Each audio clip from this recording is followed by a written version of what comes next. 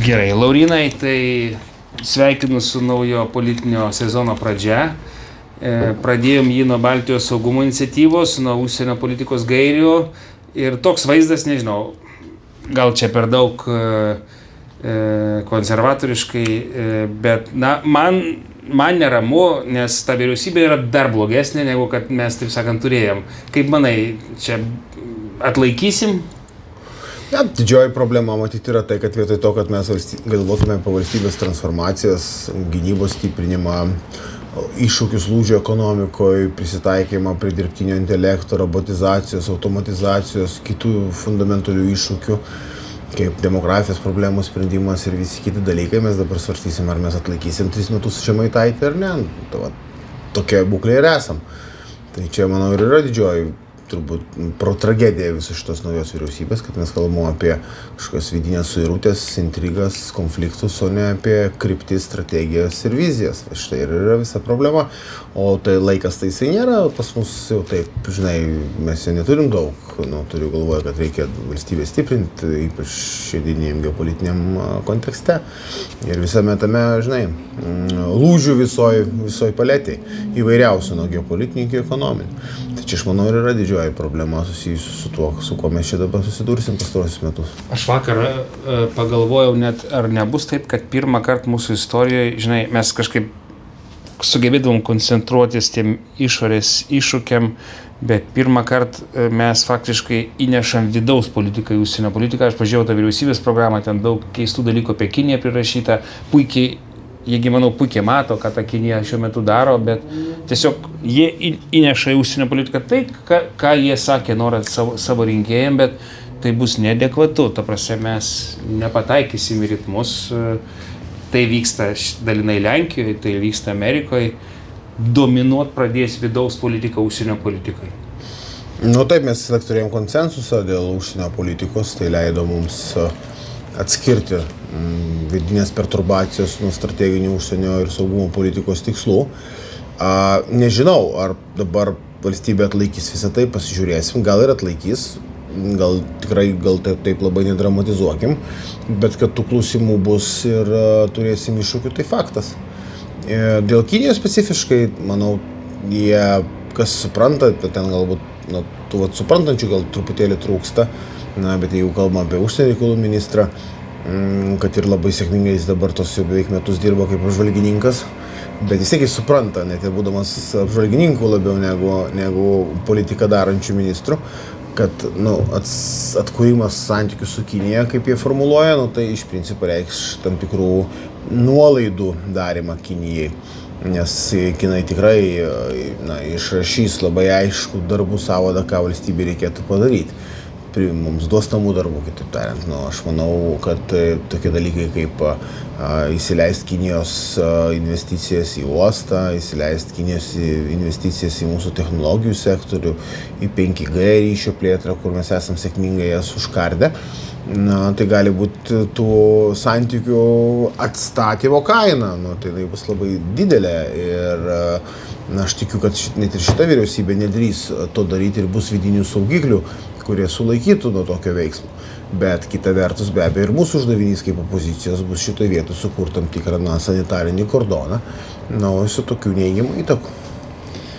Bet pradžiai labai gerai užsiminėt apie laiką, kad mes to laiko neturime daug.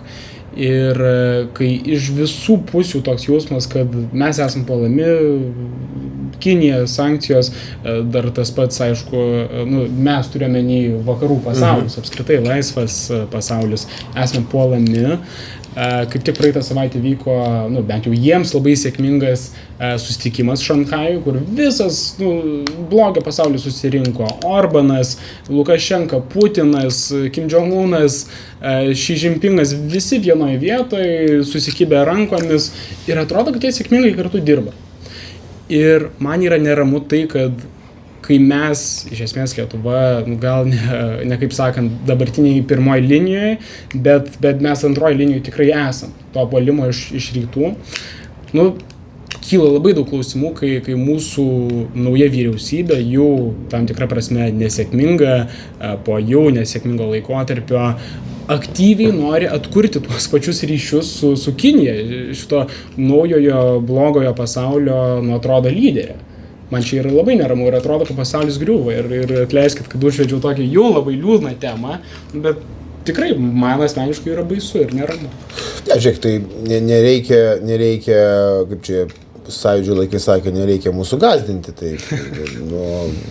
siūlau nuo tokio, žinai, neramumo jausmą perėti prie veikimo, kuris visas tos baimės išdraskytų ir jas kažkaip paliktų nuo šaly mūsų valstybės raidos ir nepriklausomybės. Bet faktas tai, kad mes matyt galim kalbėti, kad nuo tokių paradinių susitikimų šitie alijansai jau rodo darbus. Reikia taip realistiškai ramiai analizuoti tai, kas vyksta, ypač matyt kare prieš Ukrainą tai realizuojasi. Matom, kaip Rusija gauna iš kai kurių šalių technologijas, kaip iš Kinijos, kaip jos šitas, vadinkim, antivakarietiškas alijansas leidžia rusams apeiti sankcijas ir neleidžia savotiškai priverti, uždaryti jų karo ekonomikos. Matom Šiaurės Korėjos atsiųstus karius į Ukrainą. Matom daug tokių dalykų, amunicijos, visa parama, kuri iš tikrųjų be abejo verčia kalbėti apie tai, kad tas antivakarietiškas alijansas jau yra veikiantis. Jis ne tik ten, žinai, paradinis, nuotraukų prasme, kažkoks ideologinis, nes iki tol daugiau buvo taip. Dabar mes jau matom tam tikrą veikimą, kur jis įgauna praktinę išraišką. Taip, ir tai reiškia didesnį iššūkį visiems vakarams.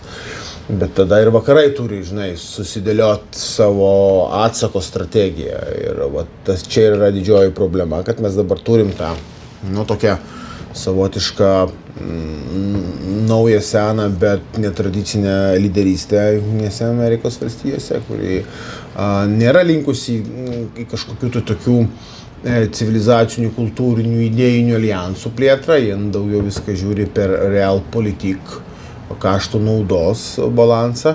Ir tai yra nauja aplinkybė, kuri galėjo būti prognozuota.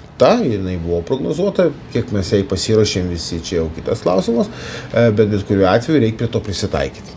Ir tą reikia suprasti, nes vis tiek be Amerikos mes šitoje vietoje vis tiek Europos saugumo sistemos, visų vakarų nedalomumo koncepcijos neįgyvendinsim. Amerika yra ir bus, aš labai tikiu, ir bus viso transatlantinio alijanso ašis.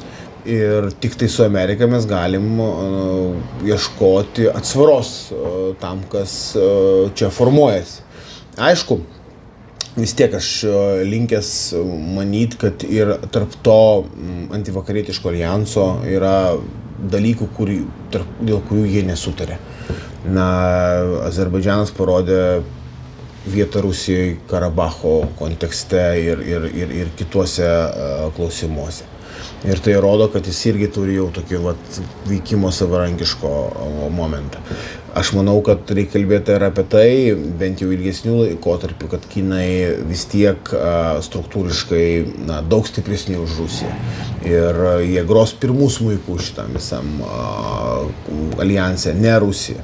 Klausimas, kaip tai veiks jų dvišalių santykius įvairiais klausimais. Kinijos, Indijos santykiai, jie irgi dileminiai savotiškai, jeigu taip žiūrėtume giliau ir panašiai. Kitaip tariant, yra daug prielaidų aižėjimui ir to antivakarietiško alijanso. Bet tam, kad tai vyktų, akivaizdu, reikia stiprių vakarų. Ir stiprus vakarai yra mūsų tikslas. Aš galiu dar tokį keistą pastebėjimą, ką, žinai, supratau, kai tavęs kalbėjau. Aš prisimeniau, tu buvai turbūt pirmasis Seimo narys, kuris pakėlė tą Kinijos grėsmę Skvernelio vyriausybės laikais. Ir tada Skvernelio vyriausybė parėmė tave, realiai, kurie dabar transformavosi į tuos žaliuosius, bet dabar pirmą kartą mes neturėsime Skvernelio, mes turėsime socialdemokratus, kurie, kai kuriems kada vadovavo Butkevičius, jie ir sukūrė tą 14-17+1. Butkevičius iki šiol save vadina vienu iš tų didžiausių Kinijos patriotų Seime. Mes turėsime valstiečius, kurie net ir visais gyvenimo laikotarpiais buvo didžiausi Kinijos rėmėjai ir krikščioniškos tos šeimos. Jie visą laiką stūmė Kinijos darbotvarkę įvairiais būdais. Neturėsime jokio saugiklio viduje, tai faktiškai viskas, ką mes turėsime, bus opozicija. Ir kas mane iš tikrųjų šiek tiek jaudina per tuos paskutinius 2 dienas, tu kai klausai jų, pavyzdžiui, reakcijos į tą pačią Amerikos galimą Pentagono sprendimą dėl karinės paramos, va toks valstietiškas, mentalitetas. Mes nieko negalim, reikia susitaikyti, geriau su Kinija draugaukim. Bet mes esame pafrontės valstybė, mes visą laiką Amerikoje sugebėdavom išaiškinti, kad mes esam svarbus, mes ten turim daugybę, ir emigrantų, ir tos jėgos, ir sutelkdavom visus, ten nuo Bzežinskio iki ko tik tai nori. Ta prasme, čia manyt mentalo skirtumas yra, bet ta prasme, žiūrint į tą Ameriką, atsakant į tokį klausimą, ar būtų galima įtakota Trumpo administracija, bandyti ją keisti, aišku, suras savo būdą. Pats galvoju, kad šita vyriausybė kol kas neatranda savo išėjimo į Ameriką. Nors ieško jų visų išėjimų į Kiniją. Man truputėlį nustebino mane užsienio reikalų ministro toks susitaikėliškas tonas. Be abejo, aš suprantu, kad mes ne Vokietija, aš suprantu, kad mes ne Prancūzija ir nesam Europos centras. Geografinis taip, gal ne politinis. Ir kad jeigu procesai didieji vyksta, kaip pokyčiai didžiojo JAV strategijoje, tai mes jau čia nieko negalim pakeisti, tiesiog supraskim, kad tai yra nauja duotybė ir prie to turim prisitaikyti. Viena vietos suprantu, nes taip, didieji dažnai sprendimus daro, bet kita vertus, tugi atstovauji valstybę. Turi atstovauti interesą, jį įgyvendinti. Ir turi išnaudoti visas galimybės nuo A iki Z ir po to pasakyti, padariau, kas nuo manęs priklausė. Taip, turint omeny mūsų struktūrinę galią, mūsų dydį, mūsų objektyvės galimybę. Ir tada jau gali pasakyti, taip, įvykęs sprendimas, mes padarėm, ką galėjom, pripažįstam, kad pakeisti negalėjom, bet bent jau pabandėm. Ir to nėra, tokio kovotojo geno trūksta ir pastovėti po medžiu, nuleidus galvą, tai čia ne diplomatija, čia yra toks kažkoks simbolinis atstovavimas, bet nėra politikos formavimo. Tai tikrai norėčiau palinkėti, kad truputėlį mes kažkaip labiau šitoje vietoje save akceleruotume tam tikrais sprendimais, politikos, koalicijų formavimu, bandymais kažkaip paveikti, mobilizuoti 3 Baltijos šalis, jeigu kalbame apie šitą sprendimą Amerikos dėl Baltijos saugumo iniciatyvos, tarkim, diasporą įveiklinti, įvairūs momentai, tu išsirašai punktus, veiksmų planą ir pagal jį dirbi. O pas mus kas ten, nesusikalba urmas su kamu, nes kažkas žino, kažkas nežino, vieni pasako, kitiems nepasako, viskas izoliuota ir chaosėlis toksai tvyrantis ir čia akivaizdu, kad mes turim labai rimtų dilemų su valstybės veikimu kaip tokiu, veikimu strategijose, aukštosios politikos srityse tokiuose kaip užsienio politika. Ir čia mano požiūrė yra tam tikras silpnumo ženklas. Ir kažkaip norėtųsi, kad mes vis tik tai truputėlį kažkaip tas galvas pakeltume ir pabandytume pajudėti. Norai tikrai yra, bet jeigu kalbant apie, kaip ir anksčiau minėt, ką mes realiai dabar galime padaryti, nebaugindami kitų ir savęs tuo pačiu, bet ką realiai dabar reikia padaryti. Ir aš šviesiai tiesiai nesu optimistiškas, kad dabar jau naujoji vyriausybė paklausys jūsų patarimo labiau komunikuoti skaitmenimu, bet realiai veikti dėl Lietuvos intereso, dėl valstybės intereso, ne šiaip savo atstovauti. O jeigu jie to nepadarys, per šios ateinančius 3 metus, 3 metai yra gana trumpas laiko tarpas, per kurį labai daug kas gali įvykti, aišku, bet o jeigu jie to nedarys per šios 3 metus, ką mes galim padaryti, kad būtume pasiruošę, jeigu kažkas atsitiktų blogiausiu atveju. Gal paskutinis savo klausimą, nes tavo laikas, Laurynai, žinau, kad brangus, pridedant prie to. Tai gal čia atėjo laikas, nes jau antrą kartą, nežinau, ar kas nors, jeigu jiems nepavyks, žinai, jiems patikės, gal čia jau atėjo laikas burtą naują Kasčiūno koaliciją iš tų visų žmonių ir partijų, kurie čia yra aplinkui. Čia galbūt yra tas lūžio taškas, kur grįžta konservatoriai. Norinčiųjų koalicija. Norinčiųjų Lietuvos. Koaliciją kursim, kai turėsim balsų. Dabar jų tiesiog nėra, bet faktas, kad opozicija turi turėti irgi savo strategiją ir mes ją turim. Šiandien, man atrodo, yra puikus pavyzdys, kai nieko nedariusi vyriausybė dėl Baltijos saugumo iniciatyvos, tiesiog pripažinusi, kad mes per mažai kažką pakeist. Tada interpretacija yra, kad patylėkim šio klausimu, nes sprendžiasi karių klausimus ir nenori nervinti.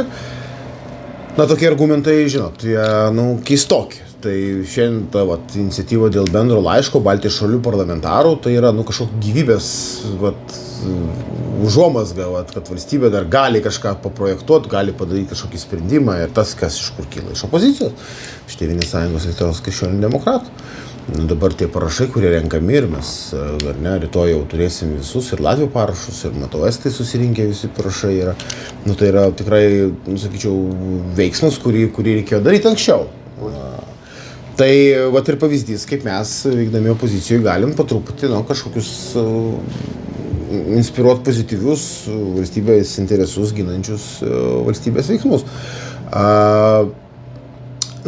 O istoriškai žiūrint, tai mums dažniausiai Tėvynės sąjunga Lietuvos krikščionių demokratam tekdavo opozicijos vaidmuo, jeigu tai paskaičiavus, nes vis tiek centro kairė daugiau būdavo mūsų visa politinė arena.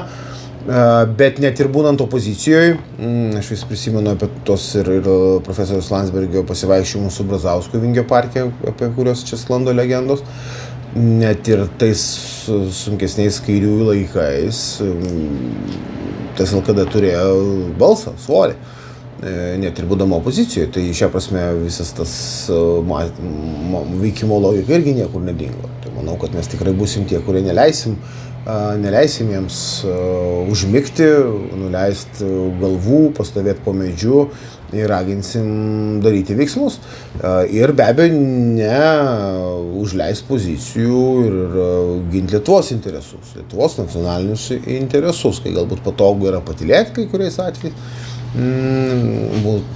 Teks nepatylėti, nes mes būsim tie, kurie sakys, kad reikia ginti interesą. Puikiai, daug dieve. Duok dieve, bet užbaigiant, gal tarkit tokį vieną paskutinį žodį ar mintį, kurį įtikintų žmonės kaip mane, kurie šiuo metu retai kada randa optimizmo ir tikėjimo, kad viskas bus gerai. Kažkaip įtikinkit, kad galima kažką padaryti ir būnant toje pačioje pozicijoje, aišku, ir būnant tiesiog fiziniais privačiais asmenimis, kurie tiki Lietuvą, nori matyti Lietuvą stiprią ir nepriklausomą ir vientisą. Kažką tokio. Žinai, tikėt pradėti tada, kai pas imi ir darai. Tai labai svarbus momentas. Ne tik, žinai, tikėsi, kad kažkas padarys, bet tiki ir darai. Tai, man atrodo, ir prieš 10 dienų vykęs mitingas ir kiti veiksmai, kai rodom, kad visuomenė yra gyva, visuomenė nėra tik tai, žinai, Facebooko protestai, bet tai yra ir gyvi protestai ir ta jėga jaučiasi. Manau, kad mes aiškiai pasiuntėm žinią, kad taip jau neleisim 3 metus valstybei vegetuoti. Jinai turės judėti į priekį, neišvengiamai, bet tam reikia stiprios sąjungos, opozicinių jėgų, visuomeninių jėgų. Ir manau, mes parodėm, kad mes galim tokią koaliciją formuoti ir tas yra be galo svarbu. Ir kiekvienų darbų, kiekvienų straipsnių, kiekvienam žingsnį, kiekvienų sprendimų, aktyvumų, idėjų generavimu stum dabartinę tą tokią stringančią mašiną turinčią daug vidinių problemų į priekį. Ta prasme, vis tiek, kad ir kokia ta vyriausybė būtų, bet reikia pasakyti, jos sėkmė yra ir Lietuvos sėkmė. Tai tą reikia irgi daryti, bet faktas, kad galimybių labai daug su šita vyriausybė toli nuvažiuoti irgi nėra daug. Tai šiuo atveju reikės stumti, bet visi kartu ir kai stumi, kai darai kažką, tada ir atsiranda tikėjimas, kad viskas bus gerai. Amen, teisingai. Ir realiai sutelkt, nes be mūsų kas be gali tą alternatyvą sutelkt. Tai ta prasme ateina Lauryno laikas. Žygiai, aš suprantu, bet pabūkim gal kuklesni, tai be abejo reikia ruoštis, ką mes ir darom, kaip partija. Dabar perėjome į tokį, sakyčiau, visai gerą intelektualinį lygmenį, kai mes jau ne tik kaip poziciją kritikuojam, ne tik oponuojam, bet ir siūlom įvairias koncepcijas gynybos politikoje, socialiniai politikoje, pirmojo būsto prieinamumo problemos, užsienio politikoje, man atrodo, pats laikas buvo pasirodyti, kur mes dabar generuojam tam tikrus sprendimus, kuriuos galima dėti ant stalo dabar, kaip alternatyva tai, kas siūlo valdantiesiems, ne tik kritikuojant, bet ir siūlant, ir be abejo ilgainiui ruošintis jau tada ateities veiksmams, ateities programoms, ateities kryptims, kai jau tada jau galbūt rinkėjas suteiks tada jau ir mums vairuoti valstybę. Ačiū, Lauryna. Ačiū.